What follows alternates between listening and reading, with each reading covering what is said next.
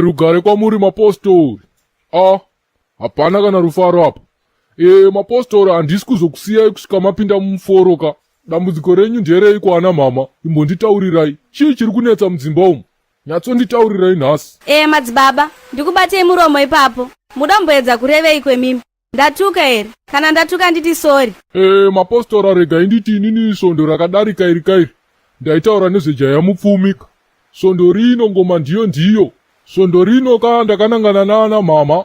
Ndinoda kutaura pamusoro pe the 5 foolish virgins. Kuna amai vane zvavabvunza avo. Ndine urombo kwazvo, sori kwasori. Asi nini handidzore tsvimbo nekuti gudo rabata kumesoka. Saka nhasi ndiri kunangana nemunhu wese wechidzimai ndichingoti vakadzi munondishungurudza. Sei vanhukadzi muchizvidzikisira kusvika palevho rekuti ubudirire mukurarama hunge wawana murume ane mari dzake? Are you that cheap?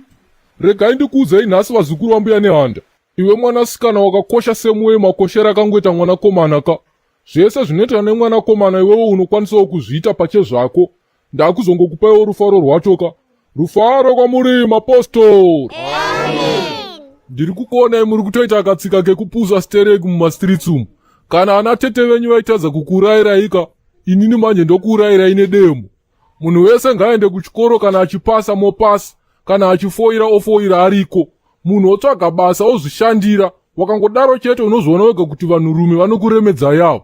Tinavo ana Samutoko wa munhu akaperera grade 1 akatanga kukwira chinhu chinodhirima kamulife make aane 11 years. Harare akatozoipinda ava ne31 years. Asi nhasi uno haasi kumonerera gariseri. Ari kuimonerera munhu waMwari. Itai mudhumeni zvakare ipapo. Yes! Aiwa amaika, itai henyu stedha musati manzwa point yangu ka. Ndiri kuti inini, kuti wakadzidza kana kuti wakabvepa hazvina limiti yazvinokupa kamukurarama kwako. Unokwanisa kubudirira kamulife mako regardless yekudzidza kwawakaita oro background yekwawakabva. Saka kuvakadzi ndiri kuti inini, usafe mulife mako wakatarisira kuti panyika panapa pane akana 1 munhurume achafa akakuchinjira life yako. Never, nada, ndaramba pachiputukezi. Haleluya ana mai uko. Nyangwe mukatonyarara ndizvozvo Amina Jew Jackson. Chokwadi chinorwadza ka. Handisati ndatanga ka. Inzwai ka mapostorikadzi. Inini ndinotoshuwirawo ka kuti pano pasowera madzibaba Sibhinechi pauyewo madokta. Tonzi tina Dr. Madzimai Gertrude ka. Tina Advocate Febi. Tina Teacher Mai Oshomole. Manje nemajira muri kuita chibage chinyoro mumastreets umu. Zvinoitika here izvi? Ndiuzei, vazhinji vevakadzi vanhasi kama akuita katsika kekuti ukangokura, wakangomera zvawamera izvozvozvo, wakangoona wakunzi pss murodhi, wakutonotenga betaso nediprizona ka, wakutotenga maapetito, wotongofamba uchitarisira kuwana jaya mupfumi. Rinobvepi nhaiwe? Zvavanoita manje mageto yuta yaregai ndichikuudzai manje. Garai nesu. Maita basa mai, mirai zvenyu kuimba, muri musine bhienzimi, mira izvozvozvo. Madzibaba Ingiribheti ka vachaimba, garai henyu pasi. Sekudaroka, mageto yuti ana madzimai vanonyeba. Vakatodhabhura kare ka brain dzenyu idzi, kuti muri kukara mari. Anokuburitsira iwo ma500 bondi ka, wobva wavarairwa zviya, woti kandazikanwa, wotoudzwa nedheti rinenge richida kunoroorwa kudhenhu kwenyu. Ende madhetsi avo ari between October na December ka, apa munenge muri muna February. Wodi paya, wopakura bota, masenza achibuditswa oshuwa.